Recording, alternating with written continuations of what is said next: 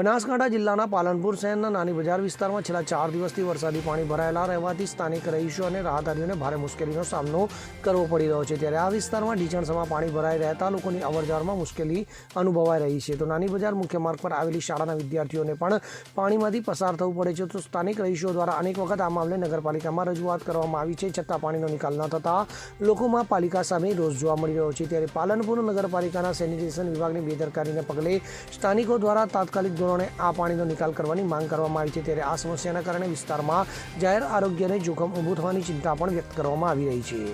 Bureau report CN24 news. હવે જુઓ દેશ દુનિયાની તમામ ખબરો તમારી આંગળીના ટેરવે। ઉઠાવો મોબાઈલ અને Google Play Store પરથી ડાઉનલોડ કરો અમારી CN24 ન્યૂઝ મોબાઈલ એપ।